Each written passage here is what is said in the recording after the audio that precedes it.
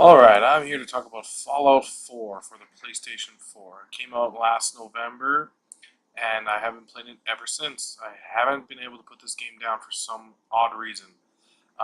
Every single time I get 20, 30, 40 hours in, and I decide to go on to a different game, I always have this little thing in the back of my head, this little inkling to play Fallout 4, and I always end up putting the disc back in and start a new character and playing it all over again and doing new things and finding new shit. So this game just can pull you back in, and I guess I'm here to discuss why and why I think it is a good idea for you, whoever listening, to buy this.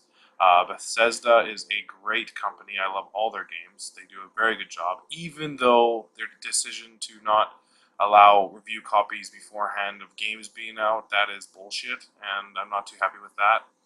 But nonetheless, Fallout 4 is an awesome game. If you are a fan of the franchise, you should definitely get it. You probably have already gotten it. Well, who am I talking? Who am I talking to? I'm probably talking to a bunch of people that don't really know much about Fallout because it's been out for a year. So I'm probably wasting my fucking time. But whatever. This game is big. It's huge. There's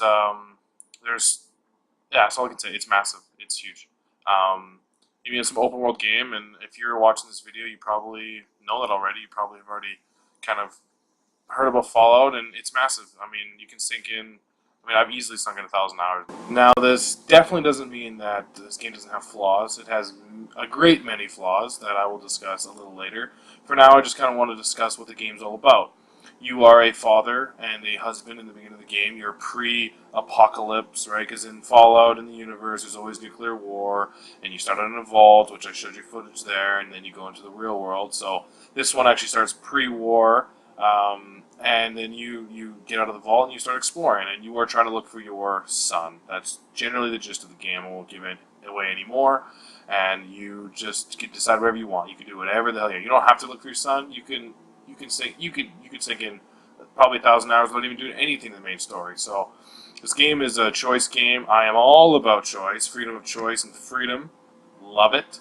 So automatically, I'm going to like the concept of this game. And as you can see, this game is a first-person game, first-person shooter, RPG. Obviously, you level up, and there is no max level. I think it's like 275 or something, which is ridiculous. I haven't gone past level 80, and I've had multiple characters, and you're pretty much a god at that point. You can do whatever the hell you want. So, yeah, this game is very fun. First-person shooter. There's this mode called VATS, and you slow down time, and you can target different aspects of enemies, and it shows you percentage points on their body of how much you're going to hit it. Obviously, you can upgrade that as well, and it's awesome. I mean, any game that you can slow down time and blow someone's head off and watch them explode, I'm in. I'm definitely in. Us gamers, we are often told we're way too violent, but I really don't give a shit. I love violence. Well, I love game violence. It's not real. It is fake. So anyone who thinks that it translates to real world is a fucking idiot. So yeah, this game is very violent, and I love that. Very bloody, very adult. See, I often like to imagine I'm blowing the head off of someone like the gross and disgusting Lena Dunham, and it's often makes it a lot more fun. Now, this game has an extensive crafting system. You can make any weapon. You can put hundreds of attachments on weapons. You can upgrade your armor. And one of the big ways you do that is looting. You loot bodies. You loot like everything in this game is pretty much lootable. Because you build actually settlements with it, and you build your attachments, your weapons, all that kind of stuff. Yeah, you'll see here I actually built this entire bar lounge area for my settlement. I built all the decorations, the water fountain there. I put in the balcony there, the door. I built this entire like gateway system for my settlement to fight off intruders because you need a certain defense rating, things like that. I just want to show you the build system a little bit. You just put flooring down like this, and you start building. Like it just snaps into place. It's a little more complicated in the game. The game does not explain how to do this. It took me many hours to to figure out how it all works together and stuff. But once you do, it is very rewarding. I love building settlements. It's like a little mini Minecraft inside this giant Fallout game, and I love customizing my settlements and building them up, and it's very immersive. You can pretend. Obviously, that's what gaming is. Pretend. You can pretend you're a guy, whatever you want, right? You can pretend you're a guy who's making the wasteland better. I tend to think I'm an asshole who just likes to build a big gigantic army to take over the world. That's my version, and as you can see, I'm building like a little. And this is going to be the finished product here soon. So it's a lot of fun to do this. And now you do a lot of this through the perk system. You actually level up certain perks for building new things, and I certainly love the perk system. There is the special stats of all Fallouts. They always have these. It's strength, perception, endurance, charisma, intelligence, agility, and luck.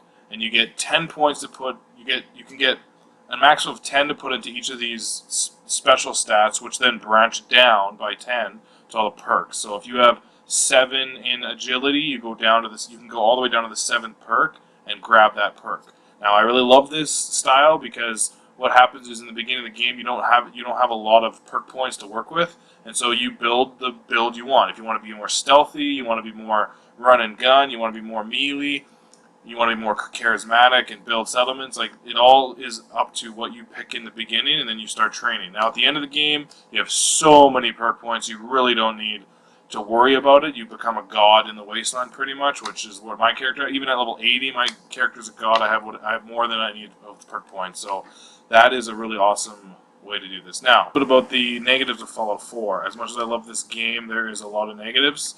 The first being the graphics and engine. Don't really like it. It does look good, but it is a little bit previous generation. The voiceovers and sound are actually pretty good. They do quite a good job here. If you intend to stay within our ranks. Don't worry. I've spent time in them. Perfect. I only ask for 2 things from anyone under my command. So as you can see, they do have quite good voiceovers and sound in that area, but I don't know. It's just not next gen, the graphics.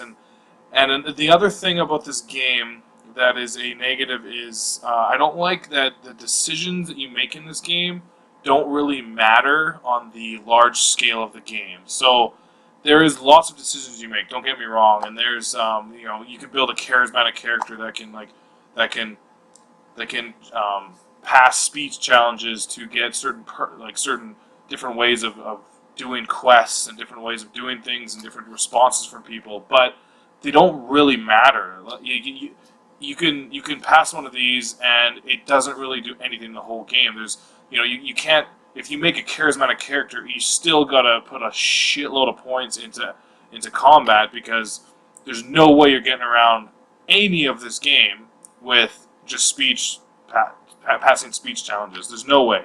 And so it kind of brings you, like, if you really wanted to be a charismatic, smooth talking type person that rarely uses guns, can't do it. Just can't do it. And I don't really like that.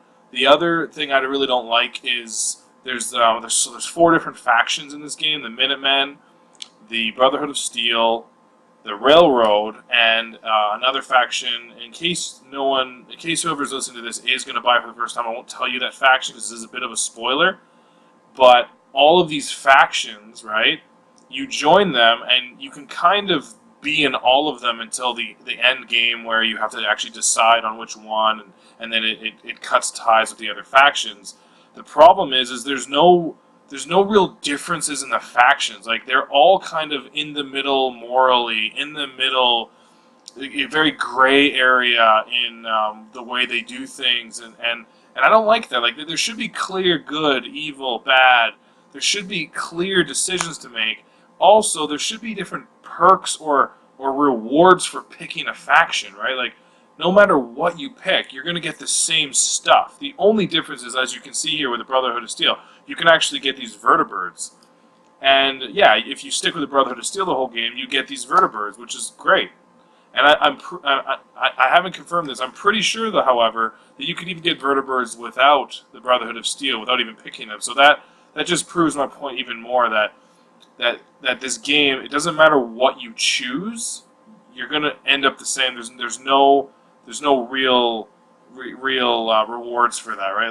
Like I would love to see a game where if I choose the Brotherhood of Steel, there is a reward I get that I only can get with that faction. So that means that when you choose that faction, you are making a decision of, okay, well, I'm going to spend the rest of my game afterwards without the perks of the other factions, right? I think that would be a much better game, and it would mean your decisions would actually weigh more on the world, which right now they don't.